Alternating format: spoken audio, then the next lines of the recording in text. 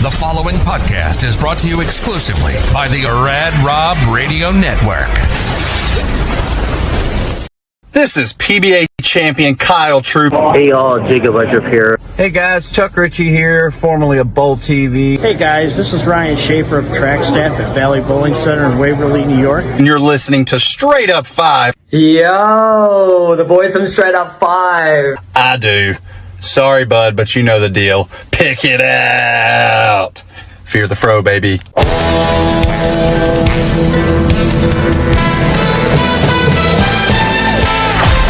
Welcome to Straight Up 5 with Todd McGill. A hard-hitting, cutting-edge look into the world of bowling. This podcast will not only feature bowling, but we'll give you a raw look into real-life issues. We've had the biggest and brightest stars from the past, future, and present on this show as we strive to bring you the best the sport of bowling has to offer. So without further delay, let's introduce you to the host of your show, Rad Rob Francois, and your featured host, Todd McGill.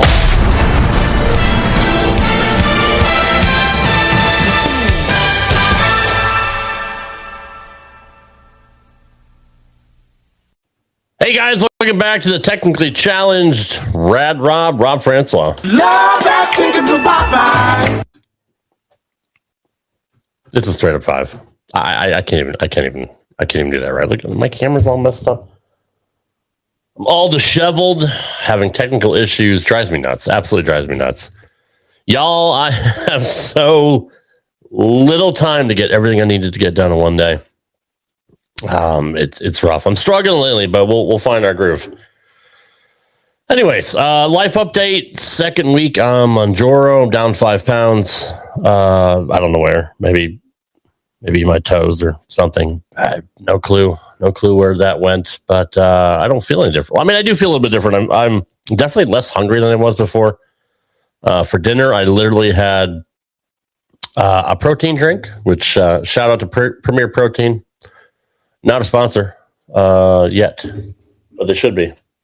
And then I had some celery and ranch. So yeah, that's my life now. Then I thought about, like, do I really like celery or do I just like ranch? Like, I love ranch. I just like celery a little bit. But then I think maybe the celery is just a vessel for the ranch. And I said, you know what? Screw the celery. Let's just go right to just eat the ranch. That's good. Also, Ken's Ranch, not a sponsor, but should be. What am I doing? What night is this? Is this Wednesday? Straight Up 5 with Todd McGill. That's where we are. Okay. All right. Yeah. Let's see who's in the chat. One person. That's Nico. Wants an I do. I do. There you go, brother. Good to see you. Yeah, I suck. I had an intro video today that I did after I ate my celery and ranch and one drink, and I forgot to upload it again.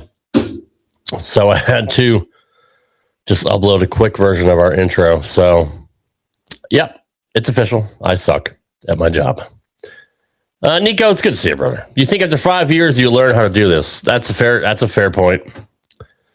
Can we get an update on your neck? Have you found it yet? Nope, it's not there yet. But hopefully, after 3-4 months of taking these shots and, not wanting to eat ever again, which is so much fun, maybe we'll find my neck.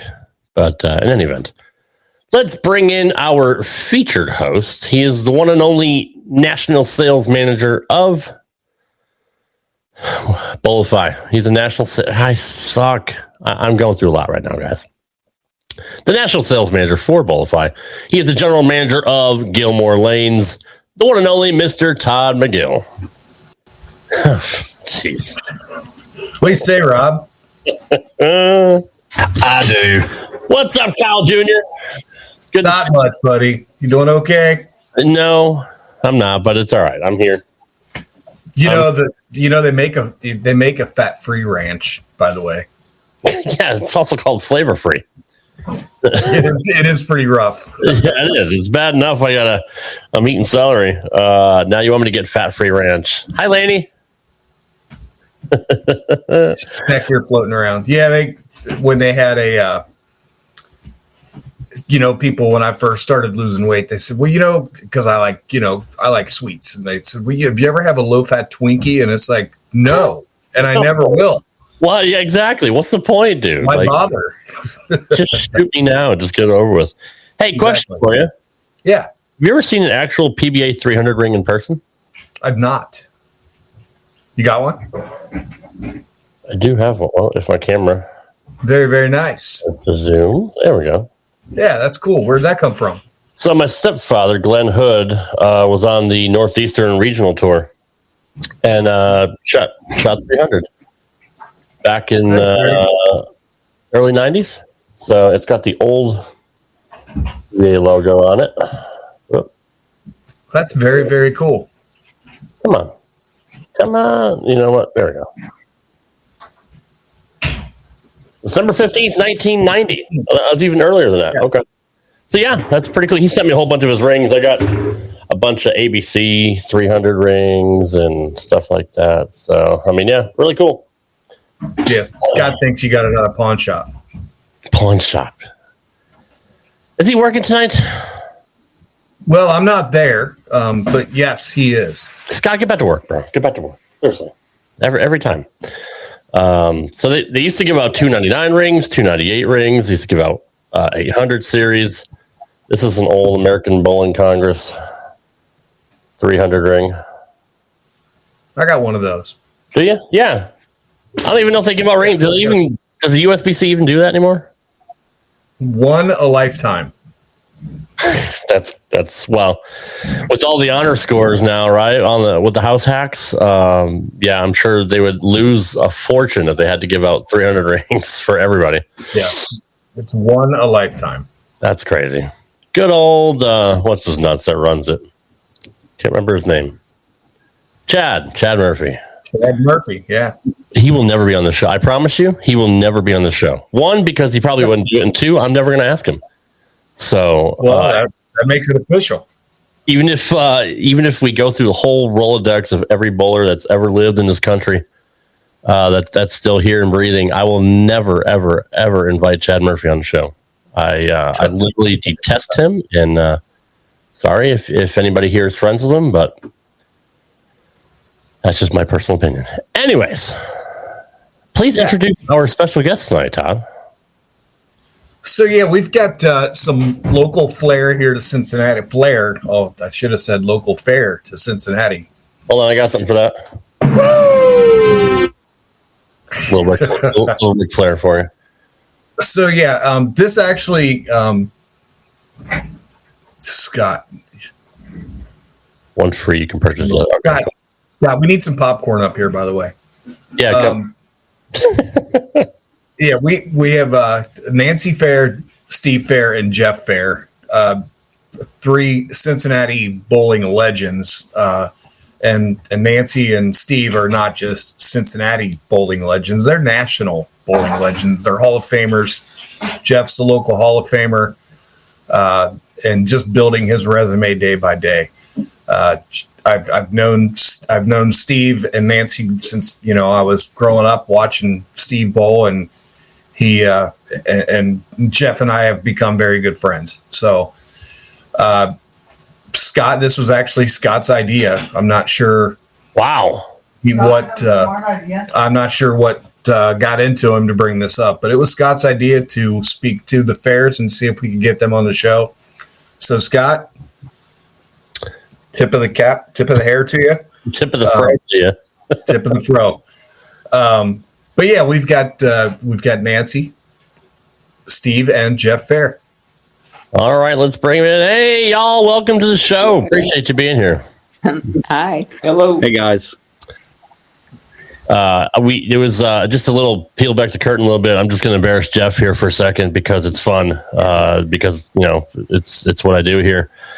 He was having issues getting on.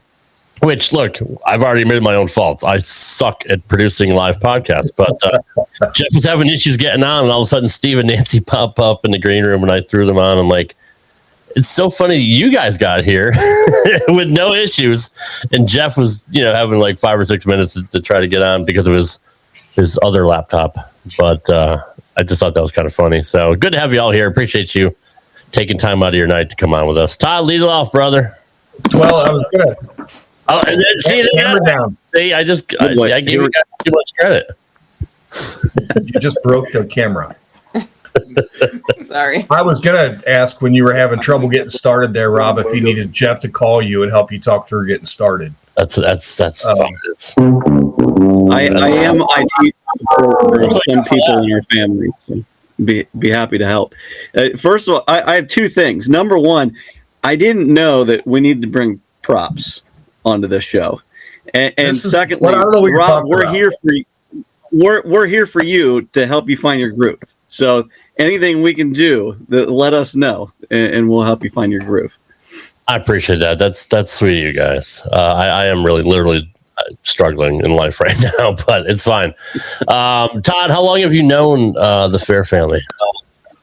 Oh, let's see. I've been bowling since I was about 14 and kind of got around 3 years then. That's okay. That's fair. Yeah, for a minute. And I mean, I've always looked up to every one of them there. And if there's anybody in Cincinnati that has something bad to say about any of these three, then we probably don't want to associate with them. And I mean, that's just a fact. I mean, Jeff maybe is making some enemies as he's gone growing up. I'm not sure. But definitely Steve and Nancy, there's no question that there's nobody that would have anything bad to say about them. So I've known the Fehr family and been around them for a better part of 40 years, probably. God, I'm old. Here, I'll get rid of Kyle here. Little Kyle's gone.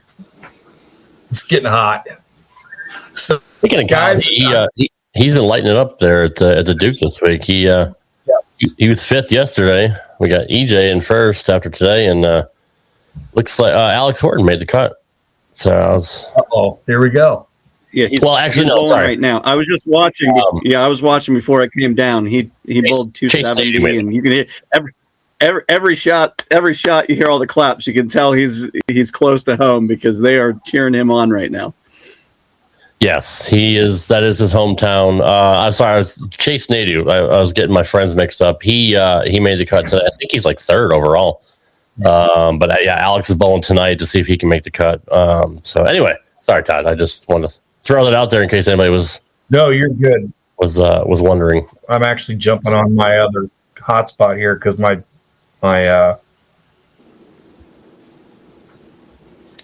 we got storms coming through, and I think I'm having some issue with Wi-Fi. So, no, issues with Wi-Fi? That never happens. You've never had that every Wednesday, pretty much. Yeah. I'm not sure who this is on YouTube, but it says Steve's parents were all class as well. Thank you. That's a very, very sweet of you to say that. And Scott is one of the greatest bowling families in the Cincinnati area. Scott, why are you just limiting it to the Cincinnati area? Why couldn't you just say one of the greatest bowling families? Period. End of story. Full stop. Why? You need to hire a new bartender, bro. Well, he's the best bartender I have on Wednesday nights. Let's just put it that. That's fair. That's the only one. So, guys, hold on. Sorry, I just tuned in. Is that Dave Newrath or is it Todd McGill? Ouch. Easy. Okay. Anyway. All right, go ahead, Todd. I'm sorry. Easy now. It's your show. Go for it. Rob, if you knew Dave Newrath, you would want to be ready to fight Trip to Six. Okay, that's fair. No. Actually, Dave's another local. He's a very colorful guy here from the Cincinnati area that has some pretty big bowling accomplishments as well. And he was a good TV announcer for the local show with the King of TV, and he's very well known around here. Gotcha. So, guys, we're going to jump right into this, and I just first of all, thank all three of you for coming on tonight. Camera's moving. Sorry. That's okay. So I guess, the first thing is there ever been a moment when all three of you kind of looked around and thought, man, we might have something special here with all three of us in the bowling business when, Don't forget Stacy. Look, we got Stacy too. Dawn's hollering at me in the background. Don't forget Stacy. So I guess Nancy, that's a good, I'll go first. yeah. Mom, you're more. If you guys want me to go first, I'll go. I always knew there was something special because I grew up in the special. Right. I mean, as a little kid, it was special growing up my entire life. But I'll let you guys chime in for if and when you thought it was special. Oh yeah, from young, without a doubt. When I bowled on tour, Jeff, at a very young age, 2, 3, 4 years old, he'd throw a few balls before or after during a PBA event. We'd be out there with Larry Lickstein running the truck and everything. And as young as he was, I knew Jeff was going to get into the bowling at some point. And as a teenager, he was already starting to bowl really, really good. And I know he shot his first 300 at 14 or 15 in league at Western Bowl, which is not the easiest center in our city. And he did it, if I'm not mistaken, bowling with Jack Calhoun, a great bowler from the past. And he did it with, a tremendous, night and finish. I don't know what his final score was, but from then on, Jeff was starting to bowl tournaments, high rollers, and things like that. So definitely knew it was special. Very cool. I just got to know, when you guys are sitting around the dinner table, who's the most competitive person in the family? Steve. Really? Even I would have never today? thought that one. Okay. Well, It always was growing up. He never let us win. right. That's what I'm talking And about. That's okay. Which was awesome. I didn't want him to let us win. Yeah. And when I finally got to a certain point, whether it was playing ping pong in the basement or bowling on the lanes or playing golf, I knew that I played well because I beat him, because both of them were good at pretty much everything they did. The hand-eye coordination was fantastic. So there was always competition within the family. Oh, yeah. For sure.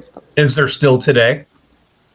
Well, Jeff doesn't bowl where we bowl anymore. So, we used to have our trash talking nights in league when he bowled in the same league, because Steve and Stacy and I were on the same team and he was on another team. So, there was a lot of trash talking when we bowled each other. Tell the truth about the trash talking. Steve Fehr was not the one. No. The other three were doing the trash Yeah, talking. no, All right. Steve, you were doing the trash talking. Dad always taught me. Yeah. Dad always taught me to let the ball do the talking. Yep. But my mom has no problem trash talking me. So I was trying to do the math in my head. I'm not even close. How many eagles do you have in the Fehr family possession? Because it's going to be quite a number. We'd be a cool 10. 10. Wow. 10 national eagles, right? Yes. That's insane. And Jeff's still plugging away, trying to 6-3-1. I actually had the pleasure of presenting Jeff with his last eagle when they won the team event a couple of years back. So that I got to do the presentation. That was very cool. I had an eagle in my house for a little while, but he was just doing a flyby, and I had to take it over to Steve or to Jeff. But that was a cool presentation. That was a cool day. Very nice. I am curious, though. Do you guys think winning an eagle is more significant than winning a PBA national title? Is my personal thinking, and I'll throw it to you guys, is nationals. I mean, you're going against so many different bowlers, for several weeks. Whereas a PBA event, I mean, I'm not going to say anybody can get lucky, but we have seen anybody can get lucky against 60 guys and bring home a PBA title. But to me, beating that many people in nationals, I would consider that kind of more prestigious. But I'll throw it to you, Jeff, first. All right, and I haven't won at the highest level, and I do consider winning the PBA title the highest level. Okay. I do think that's the hardest thing in the sport of bowling to do, because you are bowling against the top competition, and it's in that playing field. And there's other things at the USBC level. I think for me, a USBC title is just below winning a PBA Tour title. So, okay. Dad, you have both. Mom, you have both. So, I'm interested to hear what you all have to say. Yeah, I can talk first because, again, I grew up bowling with a group of guys in our league competitions, and we had always talked about how great it would be to win a national USBC, ABC title as a group, and that was always, really, really big to us, and we managed to achieve that in 1982. So to me, that was, really incredible. But then I had just gone on tour about that time, and eventually won a couple titles on tour as well. And I look at it as very, very close to almost equal, because first of all, winning on tour, you are beating some of the greatest fields in the sport of bowling. But you're bowling at nationals against potentially 50 to 70,000 bowlers. So the numbers are enormous at nationals. So I've always looked at it as very, very close and also equally rewarding.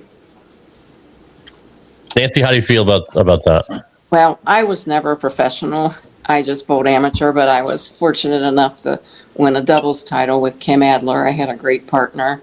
And so, I really didn't bowl that much on tour.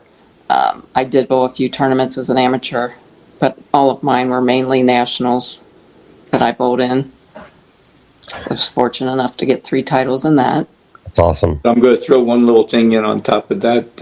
When we won the Gold Rush National doubles bowling title in, I believe it was 1989, Nancy was the second highest average in that entire tournament. I think Justin Romek out-averaged her by a pin a game.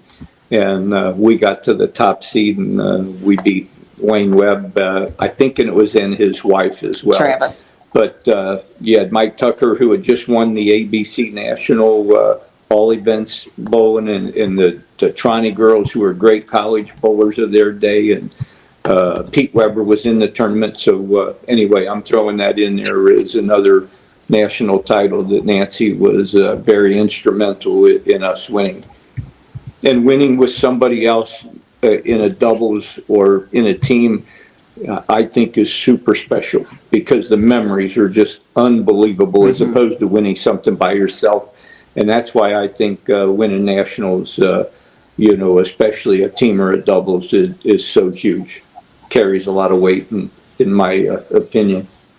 Yeah, it absolutely does. I do agree with that. And Nancy, you mentioned Kim Adler. I'm in Tennessee now, where my wife is from, out of Nashville. But originally, I grew up in Connecticut, just Bradley Bowl. So I knew Kim growing up when she was married to Pete Couture, when he was the resident pro there at Bradley. And so sad that Pete's not with us anymore.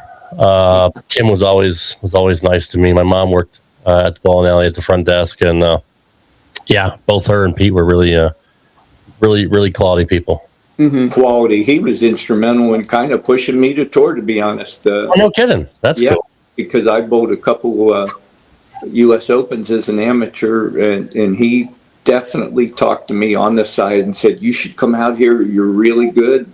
You have a shot at winning some titles." And he gave a lot of really great power towards me thinking about it when I finally made the push to try tour.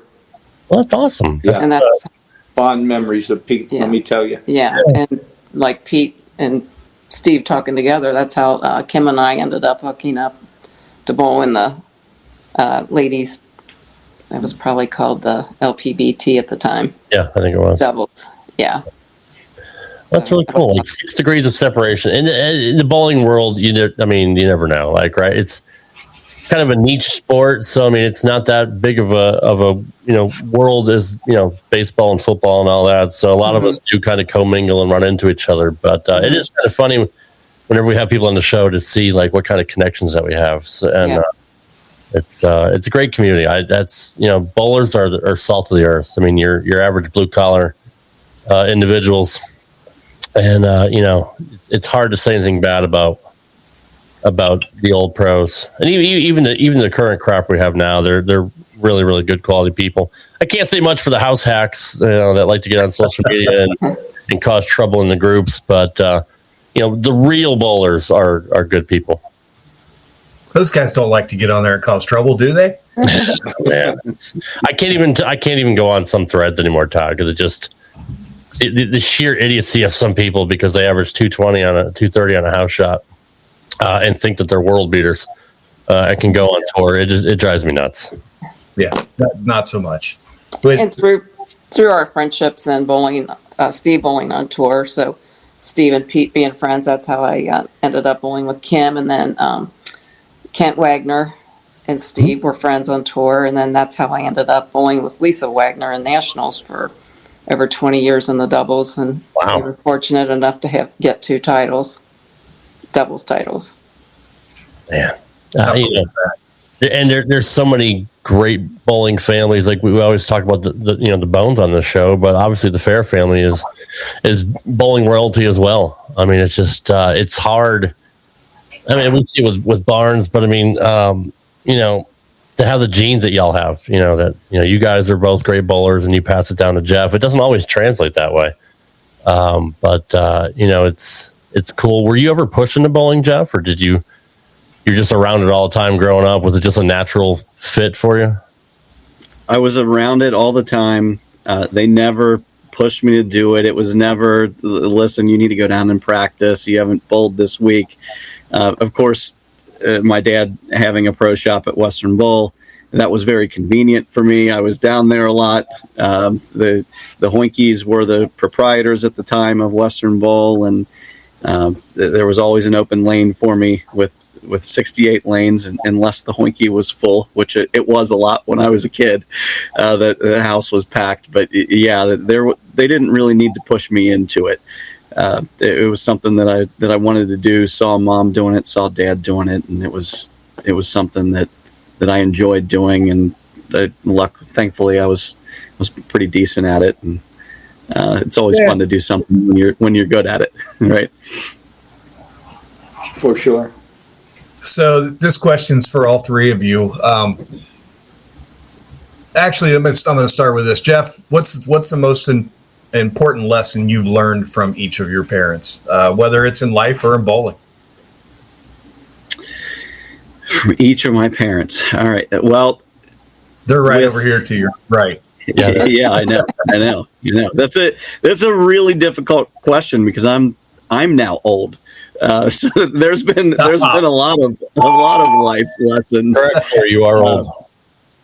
But I would say one of the things that my dad always taught me on the lanes, like a lot of young people, I had a bit of a temper, and he instilled in me that listen, you need to control things. You're gonna bowl better when you don't get so upset, and that's something that still to this day, I always, you won't see me kicking a rack. I did that when I was younger, but there will not be any racks kicked. I might get upset, but you do that out when where nobody's able to see anymore. So, with my mom, I think the biggest thing that she has taught me is just to be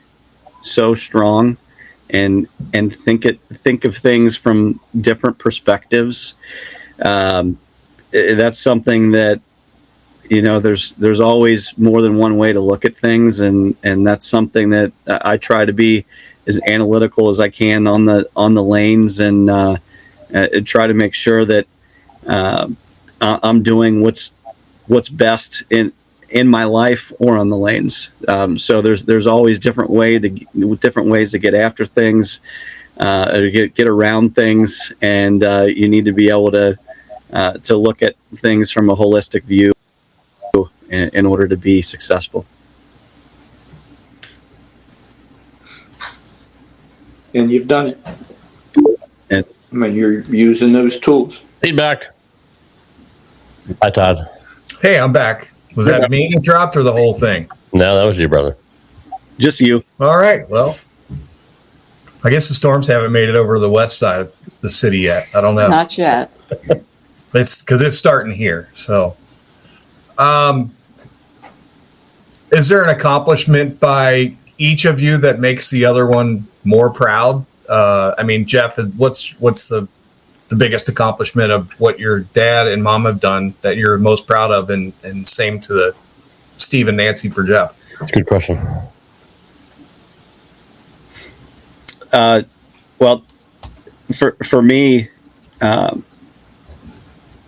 think they were the most wonderful parents that anyone could have, and they were always there, and they were always there to lend a hand or to give me advice, and that's something that I'm trying to pass forward to my kids. You know, they always wanted better for me than what they had growing up, and I want the same for my kids. So that's been the biggest thing for me, is just how great of parents that I have. I literally hit the lottery with the parents that I have. Same here. So there's bowling accomplishments that I can talk about, but yeah, it's them as parents is the biggest thing for me. Yeah, and then likewise, we're so proud of Jeff, both of us, for how he is as a father, and how he spends so much time with the family and gives them opportunities. And part of the truth to that is Jeff doesn't even bowl leagues anymore, because between he and his wife Patty, they get the kids to different sports functions, whether it's baseball, softball, bowling, whatever it may be. You know, we're super proud of how he's become a great dad and father, as well as some of his Super Bowl and when they won national team a few years ago. Very proud of him for that. Yeah. We were lucky enough to go to that. We don't usually go to all his national tournaments, but we happened to go that year, so it was really awesome to be able to see it. Yep. What was your team set that year, Jeff? We had 3576, I believe, is the 6 number. or 8. 3586. Yeah. Yeah. So it's the second highest score in the history of the tournament. I know that. It's nuts. Yeah. And that year, the scores were not insane high. You guys led. They were not. I think we won by 100. I think we won by 150. Yeah, something like that. It was a lot. That's a lot. Pretty incredible. Yeah, I think that we took the lead by close to 200. So it was a big gap between first and second. Yeah, and you still worry because you know there's so many great teams bowl the tournament. So even right now, this year's scores are quite high, but I guarantee you, other than the doubles is really huge. But I mean, all those scores, I guarantee you, the leaders are thinking, we hope it's enough. Mm-hmm. So you don't know. I mean, people come in, they're hungry, they're focused, and they're all about shot making, and they don't think of a score being a barrier. They just they think, well, somebody shot this, it's attainable. Yeah. So I want to go back, Todd. Yeah, Todd, you asked what I'm most proud on. It could be on the lanes as well. Sure. So two things that stick out for me. First of all, with my mom, she bowled on the King of TV, 8 months pregnant with me, and shot 289 to win the King of TV that week. Oh wow! So that's No fair. one of the most memorable things. Being being able to look back. I always kid her and say it's because you're carrying me. That's why you bowled so well.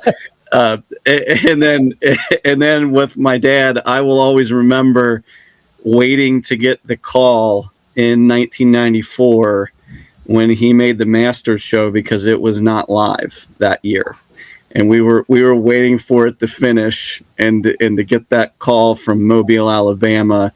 And when he called, I'll always remember him saying, "Will you be mad if I didn't win?" And we all said, "No, we won't be mad." And he said, "Well, don't worry because I won." So that was we were going nuts. So that was an incredible memory that is ingrained in my mind. Out of so many good ones that I've been able to witness, but those are two awesome ones. Yeah, I roomed with Nick Volgasang that week. Oh boy. Yeah. I tried to get him to start exercising. You tried to. He gave me all kind of crap. I had a thing called the bull worker with me every day in the room, working out and doing my sit-ups, and he would kid me and everything, but at the end of the week, it was pretty special. I'm sure. Nick, in some way, shape, or form, seems to be brought up on the show. We talked last week when Jason was on, and we brought up a lot of local Cincinnati folks.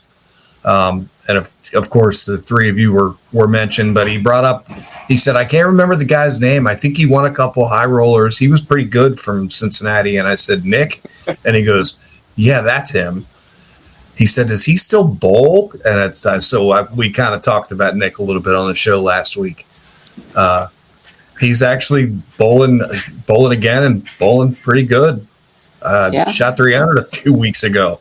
Yep. So after what he went through, that's pretty crazy. It sure is. I think Scott's got a question here. Jeff, what do you consider your first? He put, do you consider that your first doubles win? Oh, I know what he's talking about now. Absolutely. That is my first doubles win for sure. Yeah, when your mom won on the King of TV with 8 months pregnant. Yeah, there it is. That's where Scott's going. Absolutely. And Stephen, Nancy, that's Scott Shorsh. I don't know if you know Scott. Yes. That's the one throwing all these zingers at us. That's pretty funny, actually. Yeah. That is pretty funny. Scott's really working hard tonight. He's working at the lanes tonight, but it's obviously not very busy in the bar tonight. Or he's just watching the show and just nobody's getting a drink right now. There's probably a line at the window and there's a sign that says you have to wait. That's hilarious. So, I mean, we bring this up a lot. What do you think has changed as far as bowling from Steve and Nancy's era to today, to Jeff's era? How much, well, we already know there's a lot of change, but what's the biggest difference from back when you guys were bowling a lot to Jeff bowling today? Well, the stronger balls, are the start of it, and then revs with it to boot, and then you go into the next level of the two-handers. My God, it's just you just can't believe how the two-handers have just more or less taken over the sport, with the exception of EJ Tackett. Seems to always be unbelievably tough as nails in there in every tournament and everything. And we watched that World Championship and watched Zach Wilkins do his magic and everything and get to the title match and bowl a very good game. And then he 4-9 and still there. EJ, of course, he led the whole tournament and everything. But again, I look at the two-handers. There's so many of them, so great, and so fearless. And, it's amazing. But that's the great change that we all see. Sure. People 65 and 70, they're always talking about the no-thumbers, the two-handers. Well, we lost Jeff. Yeah. Yeah. Oh, yeah. There. Oh, welcome back, Jeff. Yeah. Jeff, go ahead, back Nancy. in the day, we only had to take two balls with us back when we bowled. Exactly. Like in the 70s. Just a strike ball and a spare ball. That was it. All the way into the 80s. I mean, when I bowled for the what was the beginning of Team USA in 81, the national championships there, we took one strike ball and one spare ball. I mean, I had, a urethane ball and a plastic ball for spares. That was it. So, I mean, it's just now they carry 30 balls. It's just unbelievable. And go on site on top of it, which you have to. As many bowling balls as their car can carry.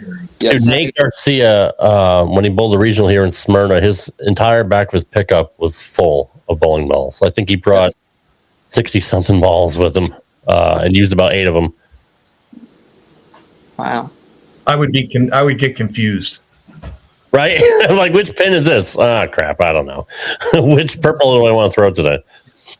You'd have to label every bag to what each ball does, and I mean that's crazy. Yeah. I mean, I'm not surprised. He's probably not the only one. Well, plus he's not on staff with anybody. He's a free agent, so he can throw whatever he wants. Yeah, he carries everything with him. Yep. What do you think today's bowlers are missing? Jeff, this is a good question for you. What do you think today's bowlers are missing that the previous generation had? I mean, this is for Jeff or Steve, really. Yeah, I mean, I think that I really think a lot of the young bowlers, because of the conditions that they're bowling on, they didn't really learn how to bowl. They're great, but things just the balls just work. They hook, and especially with when you get good at two-handed, they hit so hard. And the speed or one-handers, the speed and revs is incredible, and the balls just hook. And back in the day, you had to learn how to play all over the lane. And today, it just seems like you start with urethane, and you get a couple of games with that, and then you move left, and you're curving the lane, and there's no in between.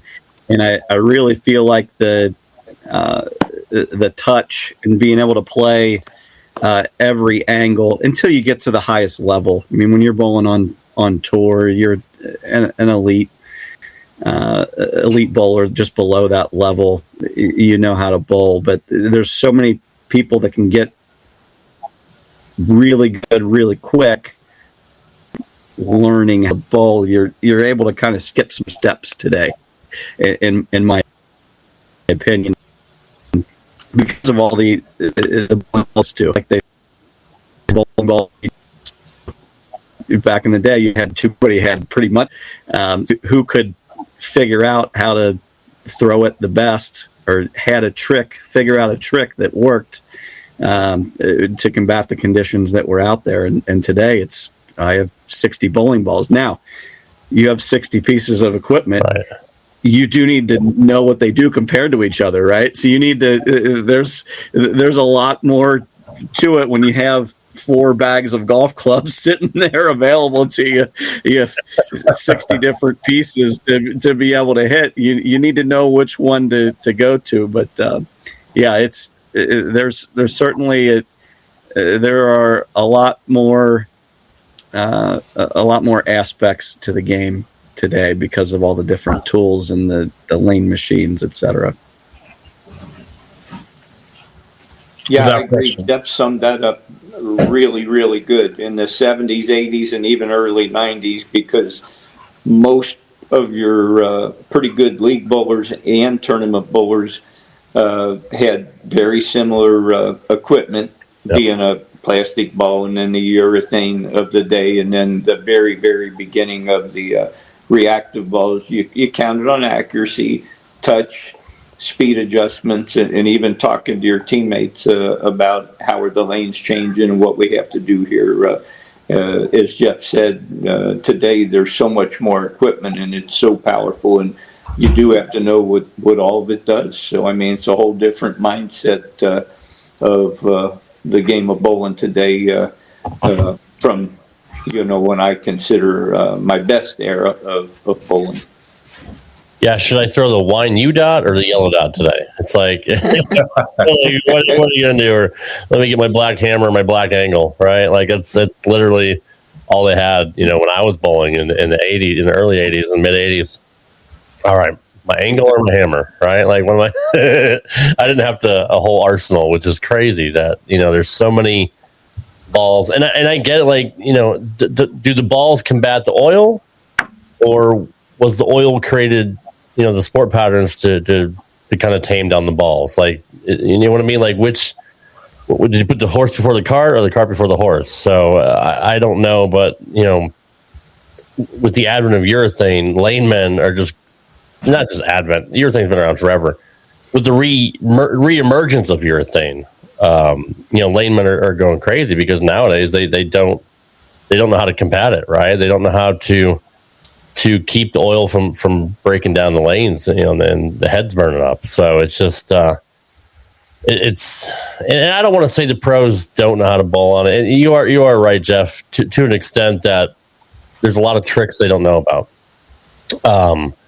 But watching, Nate Garcia bowl a few weeks ago, he actually talked about doing hand tricks, and slowing speed and going faster. And maybe it's because he obviously bowls a kegel, with JJ and everybody else there. I'm sure he's learned a lot more of that. But I will say, from what I've noticed from a lot of other pros, you're right. They don't really know about changing ball speeds, or tricking your hand, or just they're not even used to adjusting on the lane. If they like the shape that they like and they don't want to move, they're just going to find a ball that does it, as opposed to making an adjustment on the approach. So anyway, that's my 2 cents, Todd. I'm going to throw something in that's crazy, and I'm not taking anything away from anybody, but in the last 5 years of professional bowling, and certainly you see it more on the men's tour than the ladies, but you do on the ladies too, is the how important a Brooklyn shot is today, because the lanes get so destroyed, and you can't swing it. So obviously you tug it a little bit, and you see a Brooklyn really being the deciding factor in a lot of games won on TV, and even many titles. And in our day, that wouldn't happen. Again, it's the power of the balls and how much they destroy the front part of the lanes, making the head so dry and the back ends in many cases so tight. And we actually witnessed that a little bit on the ladies' U.S. Open telecast just recently too. But a difficult condition, and Jillian Martin came through. But there was 3 matches that she was really neck and neck, and managed to just bowl good enough to get by and win them all. Yeah, this guy right here, my hat, Boog, David Kroll. He obviously gets called Brooklyn Boog for his first win in Delaware. But it is what it is. If I win the title, I don't care how I do. I don't care if I throw the ball between my legs, granny style. It's a PBA title, and those that want to pick on him for that are jealous because they can't do it themselves. Sure. No, everybody wants to throw every ball in the pocket. There's no doubt. Nobody wants to throw a Brooklyn to win, or have a Brooklyn thrown to cost them, because we've all had that happen. I've watched Jeff so many matches in head-to-head competitions in his young life where guys have beaten him with Brooklyns, and I'm sure he's had one too in a spot here or there. But usually you want to throw your best shot. You want it to be in the pocket, and that's the way it is. But it's a part of the game today that I don't think will ever change. I wish it could. I would love to see shot making that gets to the pocket. Be the deciding factor for all top players. They want it as well. So I'm not knocking anybody. I know that's just what the equipment does to the lanes. Well, if string pins become a permanent thing, we're going to need shot makers, because you got to hit the pocket pretty solid to get anything to carry. So I'm wondering, and Todd, I'll throw that. I don't think that's an if string pins become a thing. I think it's when string pins become a real thing. I mean, it's already growing. I think it's just it's inevitable as to how quickly or everything's transitions over, but it's coming. I mean, that's the future, and that keeps little mom and pop places open. I mean, if string pins were a big thing, Coleraine Bowl might still be standing where it was. Yep. I'm not going to say string pins will save Gilmore Lanes, because if the owners heard me say that, they might fire me because they hate string pins. But I was going to ask you if you guys have had that conversation yet. It's a hard conversation. I brought it up in passing, but literally passing as I'm running past them the other way. Well, let me ask you this. I don't know how much you know about being a lane man or oiling, but if string pins became the norm and you really did need shop makers, would we see more of a change in, let's say, not using urethane or changing oil patterns to make it a little bit easier to strike, so you don't have your spray and praise anymore, you don't have any messengers anymore? You think that any of that would change? I don't think so. I mean, you're still going to have your house shot and your league shot, where the guys are going to still average what they're averaging on them. I mean, EJ's place is proof of that. Yeah. Their league averages really haven't changed much since he's put them in. But it is a big difference. I mean, it was right at first. They struggled at first learning how to get the ball through the pins. That's the main thing. Because if you don't hit flush, you're flat 10 or flat 7. You're gonna leave something. That's true. It was Jason brought it up last week when he said the big difference is you don't get that hit through the face where something crumbles, or you don't have the scout going across the lanes. If you go through the nose, you're leaving a split. It's very true how the pins fall. What about blower 710s? Do you think that would still be a thing? I don't know. Jeff, have you bowled on string pins at all? Or I know Steve and Nancy got them in action at all. No. I've seen it a couple times on TV, and I thought, I don't love it. But I know a part of it is because of lane mechanics are harder to come by, and especially good ones today. And I heard that's a big part of why they've gone to that. And so it may become a necessary part of, the sport. It won't be long. We're going to see televised PBA finals on string pins. We're not far away from it as we think we are. I mean, they've already got some regionals in string pin centers, and I know they started doing testing that a couple of years ago. And like I said, it's going to be a thing. PBA 50 did a couple of regionals with string pins. Ryan Schaefer had a pretty good review on that.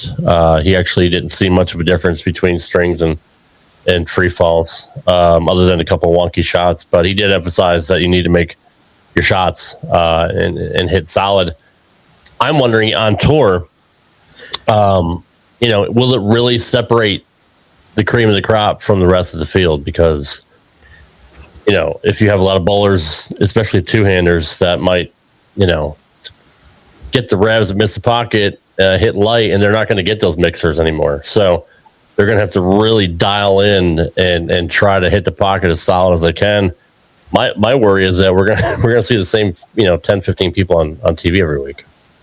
Yeah, I mean, I think even though I haven't bowled on them yet, I've seen it and I've seen reviews of them. I think that string pins really could be an equalizer for two-handed bowling. Not that I think two-handed bowling is great. I think it's transformed the game, but the carry is incredible.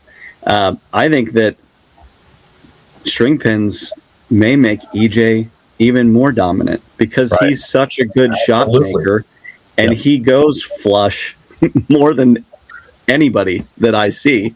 I think that he could even have more of a separation from the top, and he's going to win his 4th player of the year in a row. That's bold, I think, to say, but I mean, he is as good a shot maker as anybody. But I do think that it'll keep guys like Bill O'Neill and Francois Lavoie and the one-handed people that are shot makers. I think it's going to equalize the field a little bit more, where the two-handers aren't going to throw a scout 75% of the time. And you're not going to get the occasional that cave in that one-handers get way less. So I think it could be an equalizer to the speed and revs at the top of the game for the very best level. Very well said. That's exactly what I think. Yeah, I think it's going to bring back more of a touch game from what it was. And if anybody remembers watching Steve had probably the best touch of anybody that I've watched, almost anybody that I've ever watched on tour, especially locally, as far as being a shot maker and the ball coming off his hand like butter every time.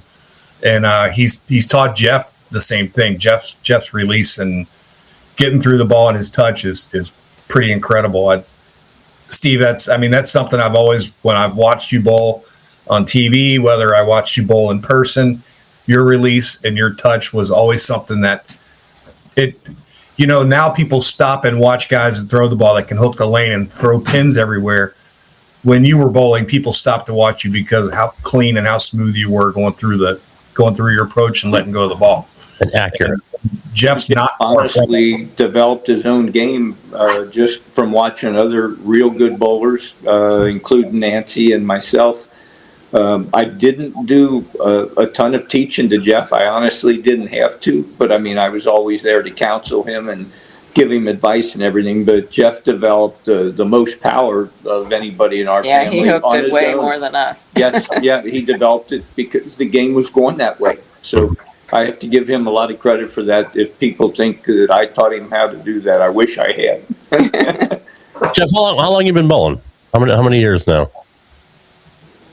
you remember when you started? I guess I don't remember when I started. I know that I was out there throwing them when I was 2 or 3. So 40. I'm 45. I just turned 45. So 42-ish years, we'll say. Okay, so you went through. So you did use you're saying before Resin came in.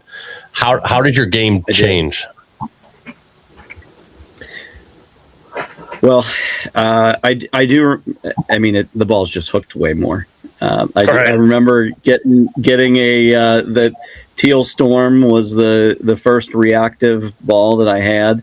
I do remember my Bobcat was the urethane ball that I had when I was I don't know, maybe 10, and the Teal Storm was probably in the 13-year-old range ish.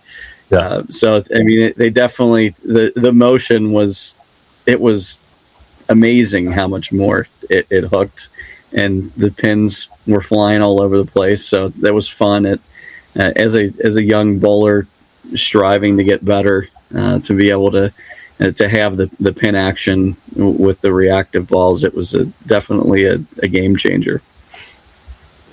Yeah, I was 17 around that time when Reactive came out. So I got the Teal Rhino Pro and the Forest Green Quantum, which I still have in my garage in my bag. But man, those balls were, especially the Quantum.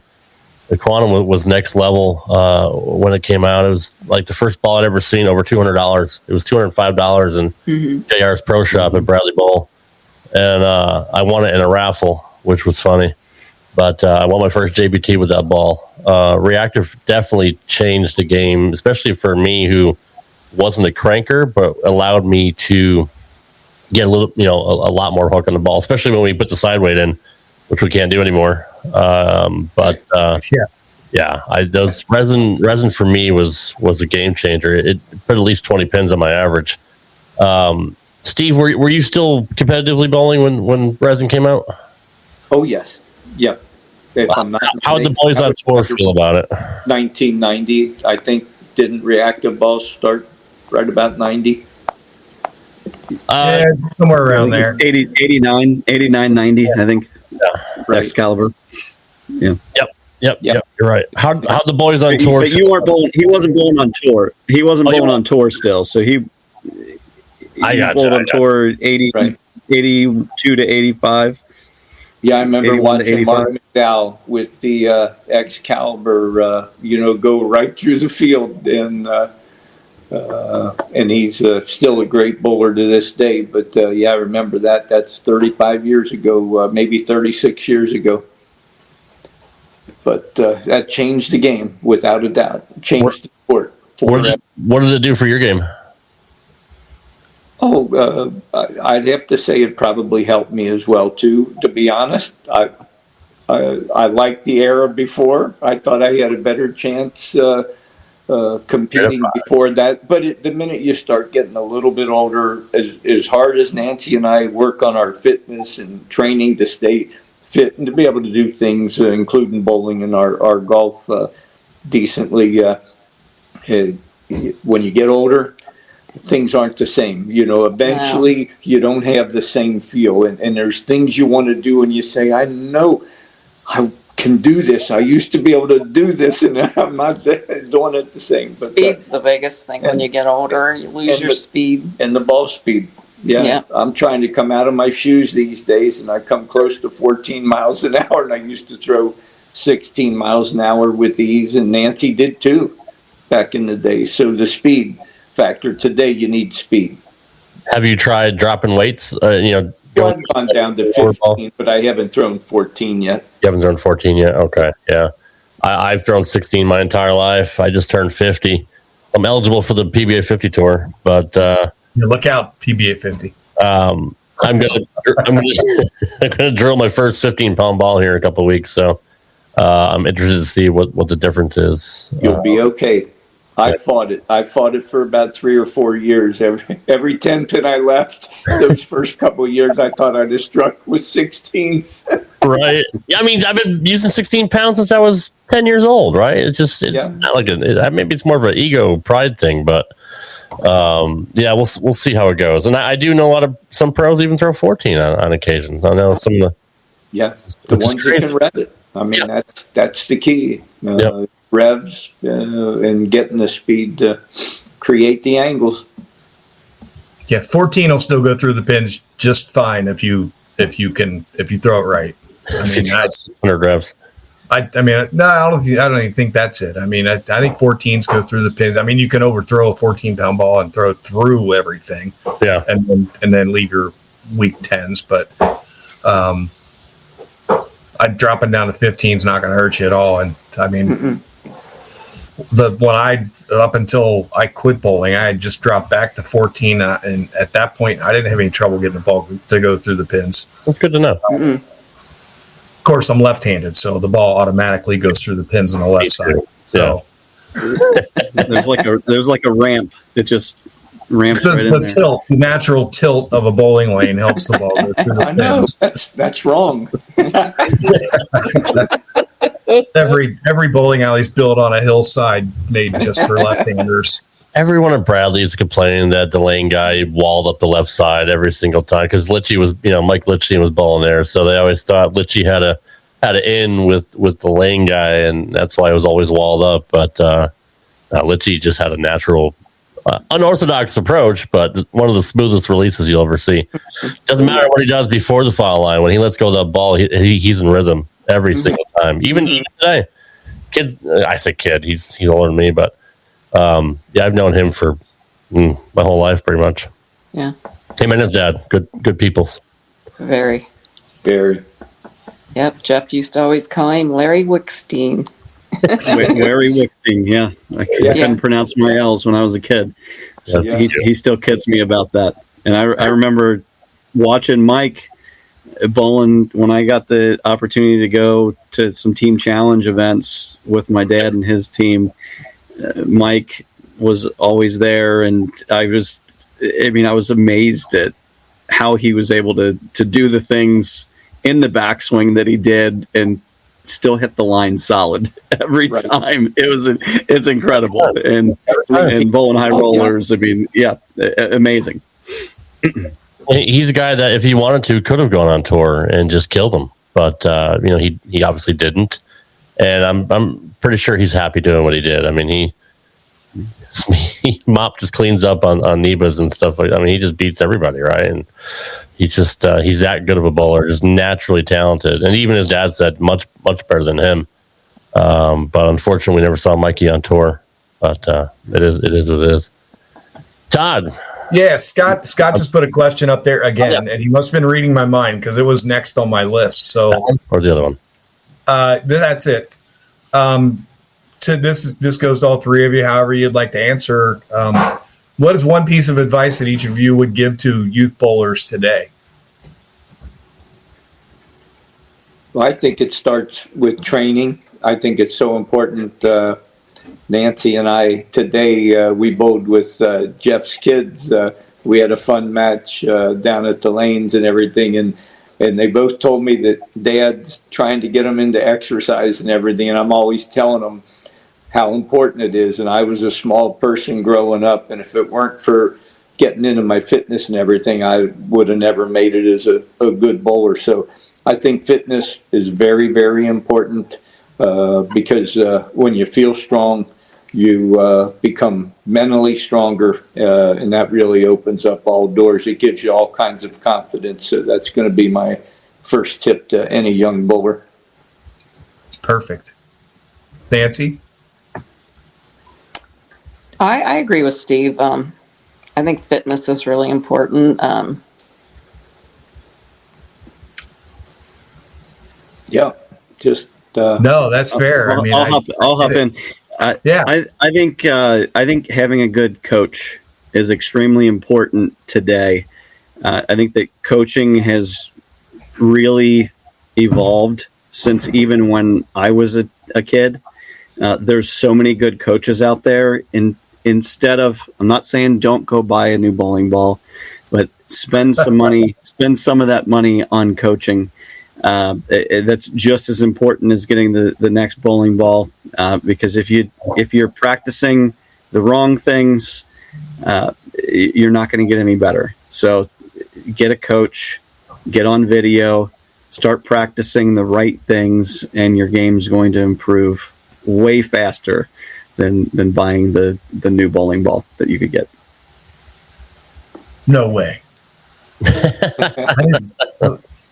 If Steve was still running the pro shop, he probably would have cut you off halfway through that stuff. Do both. Do both. There you go. Get a job. And go to college if you're fortunate enough to go to a college that has a bowling program.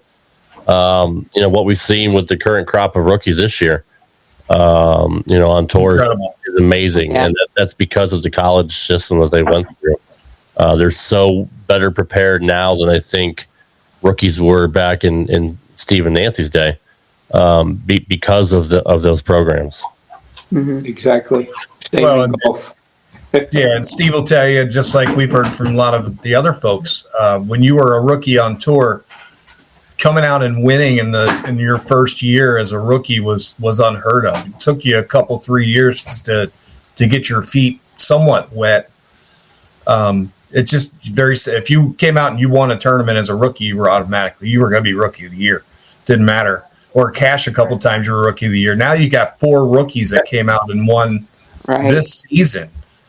Amazing. In crazy fashion, really. I mean, coming out and running the table on the very first show of the year and beating EJ with a 300 on the very first show of the year. Mm-hmm. CW, again, they probably felt like they couldn't have scripted it better than the way this year has gone for the kids. Mm-hmm. And it certainly has helped. I would imagine it's going to help them in general. But, the young crop is just, I don't even know what to say. I mean, Jeff, you see it here locally with some of the kids coming out. But I don't know if it's in the Wheaties that they're serving now, but it's incredible how much more prepared the kids are on the lanes. They learn the surface, how to change surfaces on your bowling ball at the right times. Those are just things that you just don't.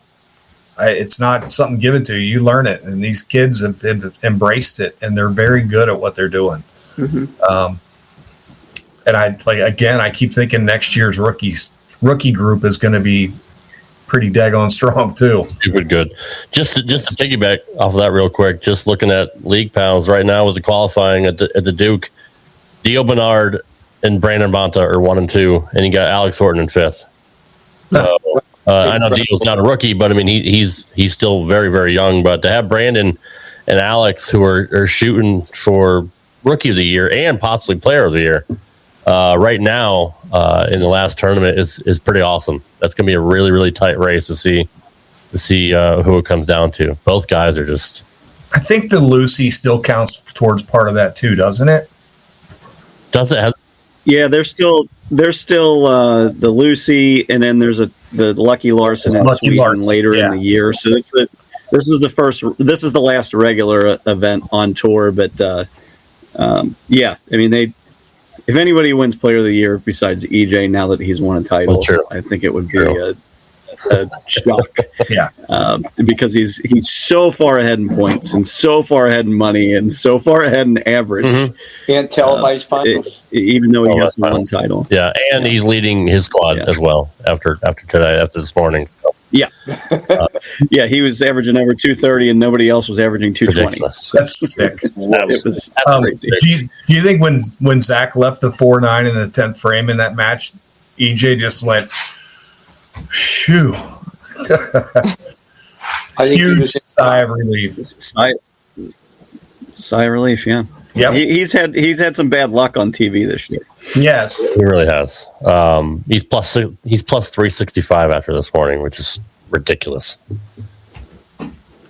So, guys, I know we're about an hour and 15 minutes right now.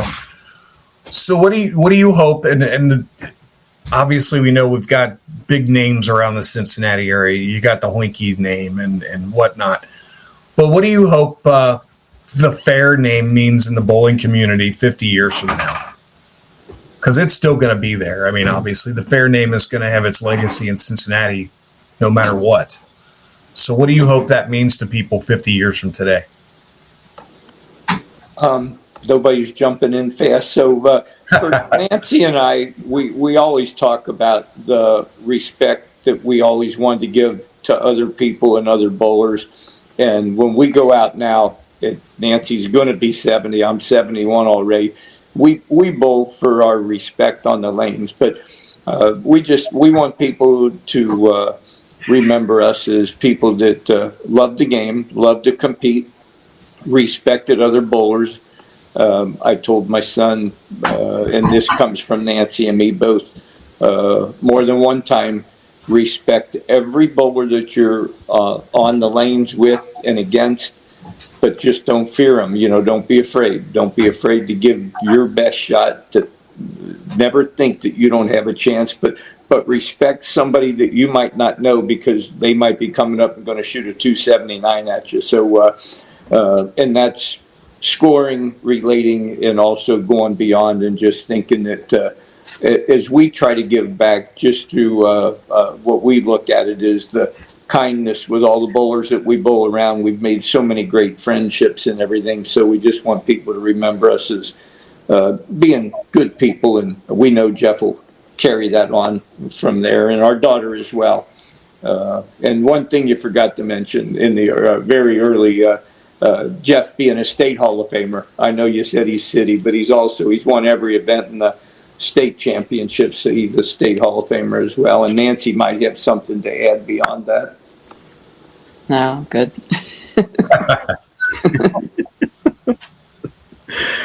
They'll forget another all life. about us 50 years from now. No, they're not. The Fehr name is never going to go away in this town.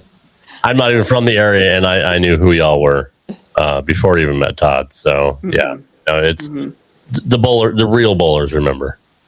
Yeah. Well, and I think the other thing that I'll say is the service in the Cincinnati area that the family put in through the pro shop, and it was mostly my dad in that aspect, but my mom helped out after she retired from Cincinnati Children's for 2 to 3 years before they sold the shop. Maybe it was more, Mom. I don't know if I'm selling you short. I worked for a full year after I came off a tour before I went into the corporate world. But my dad, you had the shop for 38 years. Yes. 38 years. Yeah. And every person that came through the doors were treated the same. Whether you averaged 230 or 130, he was there to help you out as much as he could. Everybody got the same amount of time, and he really was an institution and just such a great example for what a pro shop, emphasis on pro, should be everywhere. And I know that I've had other people, Ron Dixon from Florida, he used to come up and bowl the Super Hoinke every year. And he said he opened up a pro shop after coming here, and he modeled it after what Fair Calhoun was in Western Bowl, because he thought it was so awesome, and they did such a good job, and everybody got the same respect coming in that door, and everybody got the same amount of time. That's something that people should remember. He's not lying. Steve and Nancy and Jeff as well. They're not only are they very well respected, it's because they respect everybody else, and they they will share that with people as long as they share that with them. And I mean, if they don't give the Fehr family respect in our town, then we'll run them out of here. They don't belong. But like I said, and I started off the show by saying that there's I don't think there's anybody in the Cincinnati area or as far and wide that we can think that knows who the Fehr family is would ever have anything bad to say about them. And obviously that's something that you guys all should be very proud of. And it means a lot to us. We wanted to give people that respect, because when you give respect, you usually get it back. Without question. Speaking of without questions, I am currently now without questions. Rob, have you got anything further? No, I think we pretty much covered a lot of ground tonight, and I do appreciate all three of you being here and getting to speak with all three of you. Knowing who y'all have been for so long is a real treat for me. So I absolutely appreciate that. Another great bowling family. We've had all the bones on the show, and now we haven't had Sydney on, so we've had all the Fehrs except for your sister, Jeff. So it's kind of what we do here. Huh? Shout out to Stacy. There you go. But no, it was really cool to have you guys on. We appreciate all three of you being here for sure. Yeah. As much as I just say thanks to Scott for making this happen. Total pleasure. Boy, that pained you a little bit to thank Scott, didn't it? Hurt. That really did hurt. Jeff, hopefully he's busy and didn't hear you say that. Oh, I'm sure. Yeah, appreciate it, Rob. Appreciate it, Todd, and appreciate it, Scott, Mr. X Secretary. Yep, that's his nickname for Jeff. That's awesome. Stacy chiming in. She said thanks. All right. That's awesome. All right, guys. Thanks for coming on. Good seeing you. Yeah. Yeah. Take care, guys. Nice to meet y'all, and we'll have you on again at some point. You bet. We appreciate it. We'll see you. Thanks. Thanks. Take care, guys. Thank you, guys. Enjoyed it. Bye. Awesome. Good show, man. That was don't worry, he heard it. Damn it, I was hoping you wouldn't find out that I gave him a compliment. Oh man. He's gonna want to be a guest one of these times. Thanks, Mr. X. No. You want to have Scott on the show? Seriously? No. Okay, good. It would be comical. Well, I mean, he would. Who's going to cover him at the bar? So he could probably do both. I mean, look. That's true. He's going to ask for Wednesdays off. He'd be like, "Nope." No, you got to work, sir. That was fun, man. That was. You're right. I mean, like classy people, just like the Bones. There's just something about bowling families and legacies and dynasties. Every region pretty much has one. He even recorded it. Well, it's being live streamed, you retard. It's going to be on there anyway. Anyways, but no, I mean, every region seems to have their bowling family, whether it be the Bones in the Northeast or the Fehrs in the it's not really Midwest. Is it considered the Midwest? Okay. Yeah, we're in the Midwest. Midwest-ish. But hey, Kyle, I do. No, it was really fun having them on. It was a pleasure. All great quality people. There's no question about that. Me knowing the Fehr family and being as close as I am with Jeff, quite frankly, if you're that person, they make you a better person by being around them. They're that good of people. Just literally salt of the earth. Yeah. I love it. That was again, that was a real treat for me. Hearing the names, and not knowing all the accomplishments, but just knowing who they were. And then you sent me all their accomplishments this week, and I was like, holy cow. Yeah, 10 Eagles in the family. 10 freaking Eagles, dude. Numerous state, titles and national, state, national, local. They've won on literally every single level and on tour. So, I mean, that's how many people. The Bones can't say that. Not every Bone yet has won a PBA title. So that might be the first family of bowling. PBA titles and national USBC, ABC national titles. That's just it's fun. Yeah, it is. Scott says I can't be on the show. I don't have enough time to wait for the show to start each week. Oh, all right. You know what? I take back what I said earlier. Yep. This week's Imbecile of the Week. Best part of the show now. No, I don't have one this week. Again, it's just such Scott a cool, just made it himself. Such a good vibe. I don't want to spoil the party, but no, Scott, you're the Imbecile of the Week. Congratulations. You're in an esteemed club. Speaking of Imbeciles of the Week, former Imbecile of the Week, Dan Young, who Belmo affectionately calls Stan, is at the Duke this week and put the little hex on Belmo, who shot like negative 190 or worse, I think. He had an entire block that he did not bowl a 200 game. Isn't that crazy? I don't know it's had to have happened in his career. It's had to. But I don't know. I'd love to find that out. If there's any statisticians that ever watch the show, drop it in the comments on this video. That's I might have to try to research that. That is crazy. He could probably count on one hand at least, or maybe even three fingers. How many times that's happened to him? It is disgusting.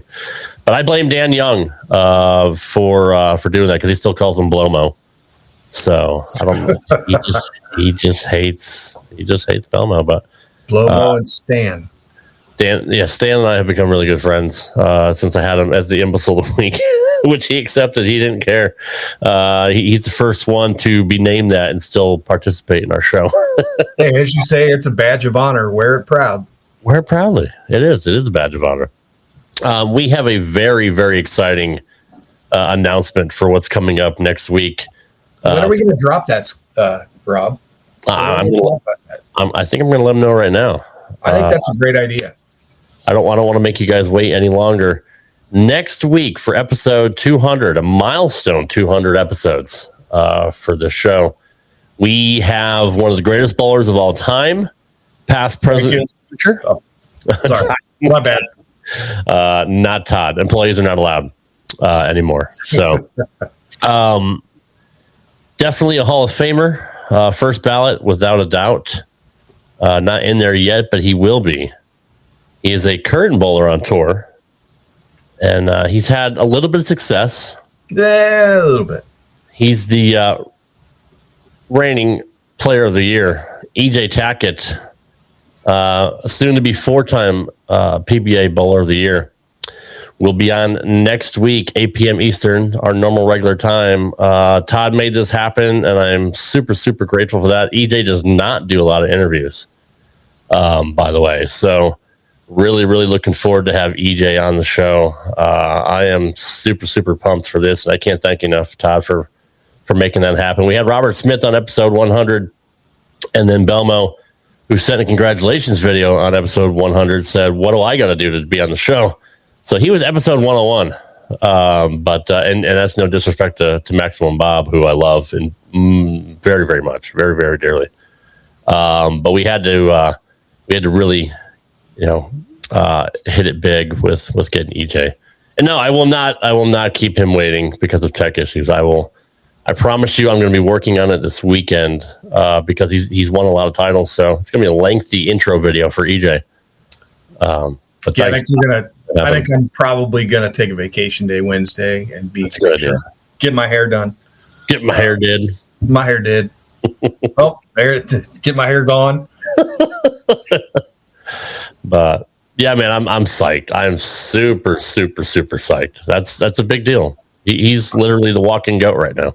He is the walking goat, and there's not a bowling podcast or a show or anything that you could watch, listen to, rewatch that does not mention that man's name somewhere in the last 10 years.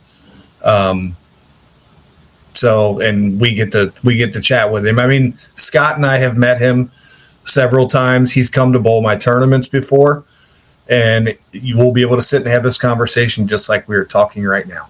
We went up there. Yeah, we've been to his bowling center a couple of times. You're going to enjoy yourself next week.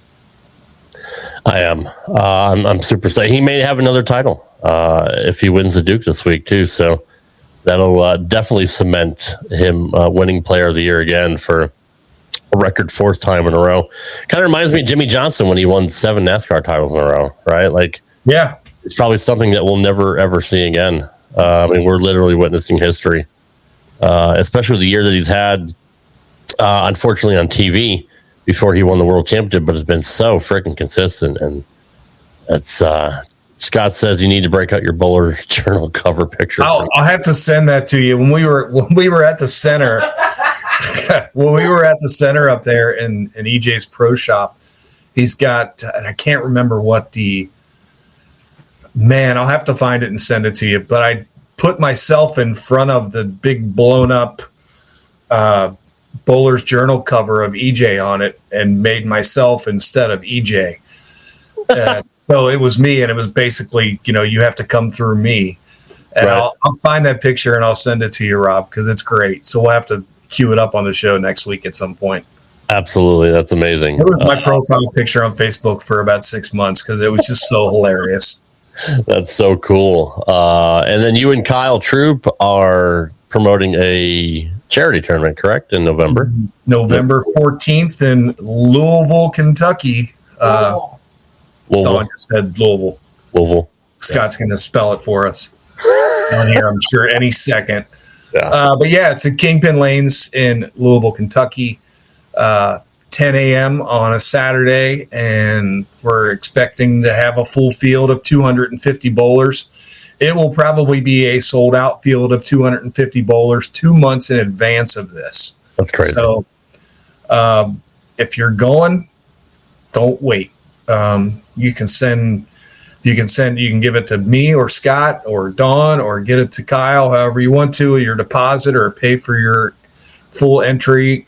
There are guys that are putting together groups of 30 or 40 or 50 people. And my goal, there it is.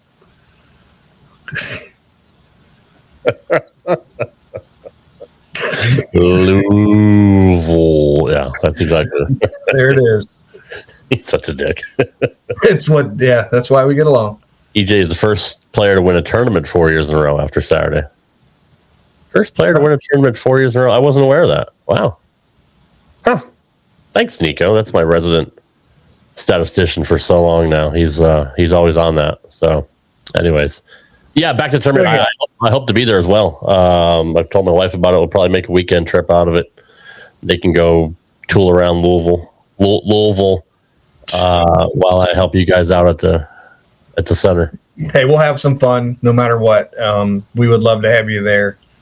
And it's for a great cause. It's literally 100% charity, and we do this with them. We're proud to be partnered with them now for the 3rd year with Kyle and Bree and their whole team, because they have a whole team. It takes a big team to put this thing on. They do a great job. Yeah, they do an amazing job with it, and again, we're proud to be part of it. And we've got a goal this year, and I don't know if it's.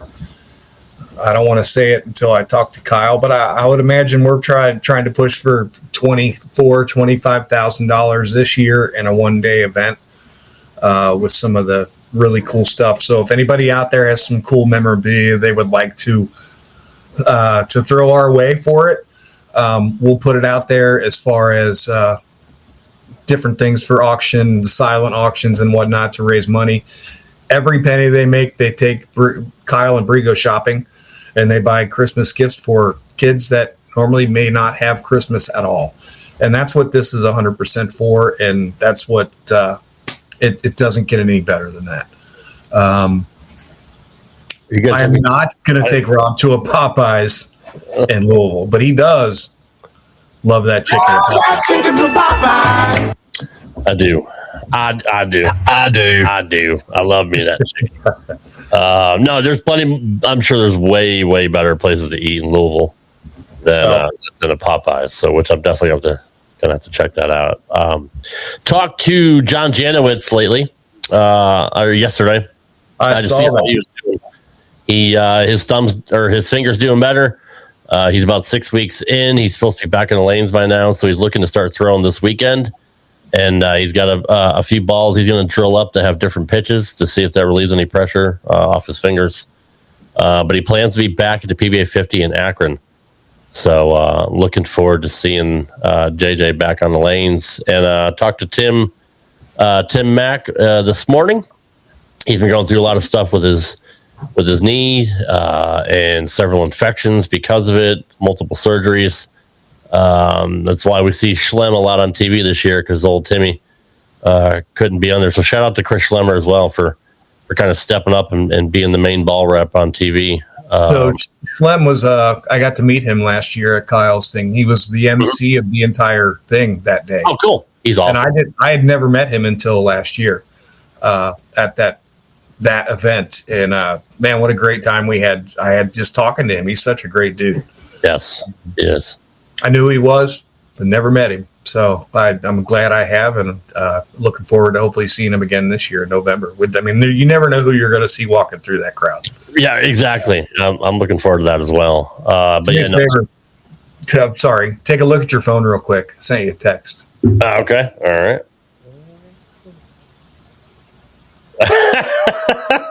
Okay, hold on. Let me. How great is that? That is great. Hold on. I want to give the tease for next week. Let me upload that. But get back to Tim Mack. He's still struggling, but hopefully he said he's trying to get better. But I'm going to Indy July 4th weekend, so he said if he's around, we'll go get lunch together, and it'd be good to see him in person. He's been on the show several times, but I haven't met him face to face. But man, you want to talk about an ambassador for bowling, Tim Mack. Everything he's done, especially for the international game. Yeah, Tim is just he's a workhorse, man. He's been one of the driving forces behind Storm Bowling, and for a long time. Yeah, when I met him at in Maine, Portland, Maine, for the goodness, my brain, it must be overtime right now. PBA League? PBA League, and he was coaching the Lumberjacks, and just watching him coach the guys and how he was with them, I literally walked up to him just to introduce myself and say, thanks, this is really cool to watch, and if I was ever a coach for guys like this, I would be like you, And we had talking for an hour and a half. I mean, he would never ever remember who I am, but he talked to me like we were best friends, and he was just a. And then when they won, when they won, I was out there on the approach with him. I got a picture with Tim hugging him, and cool. Right next to the trophy. It was just cool stuff. That's really cool. Yeah, he's a first class individual for sure. Oh, absolutely. I love T Mac. There it is. Oh my word, Todd! That's Bolerho. Oh no, Bowler. It looks like Bolero. Bowler. It does. No, it's Bowler HQ. Bolero. That's even funnier actually. That I can't read, but no, that's okay. Polar H. I'm an idiot. Polar HQ. Polar HQ. But no, that was when we saw that, and I looked at Dawn and Scott, and I said, I need a chair. So I literally, because it was high enough up on the wall, so I'm standing on a chair to pose in front of that. I love it, dude. That's awesome. That's you gotta have fun. It looks real, doesn't it? Yeah, Lainey said that looks real. It looks like I really was on Bowler's Journal's cover. I really thought for sure you were going to be on it, but I wasn't expecting that at all. No. That's good stuff. Well, all right, guys. Hope you appreciated this episode we gave to you. Thanks to Scott for getting the Fehr family on the show. And it was such a treat to talk to them. And I'd love to have them on again because there's so much more we can get into. Oh, my goodness. Without question, yeah. Absolutely. There's a lot of stories to be told. So we got the questions and answers out of the way. Next time I want to hear some I want to spill the tea. I want to hear some stories. So we'll definitely have to have them on again. And as we mentioned, next week for episode 200, we have the one and only reigning player of the year, EJ Tackett, coming on the show. PBA megastar. That's the way I had to put it because he literally is a megastar. Never heard of her. Never heard of her. So he will be on next week for our special edition of episode 200. So, all right, guys, for Todd McGill and Lainey McGill, I'm Rad Rob. We'll see you guys next week. We appreciate our support. And, God, Scott, thank you, Scott. Just the answer is no. Oh, no, you did it. Thank you to Scott for bringing on the Fehr family. That's the last time I'm going to say it. So, Todd, appreciate you always. And sure thing. We'll see you guys next week. Take care, y'all. Bye.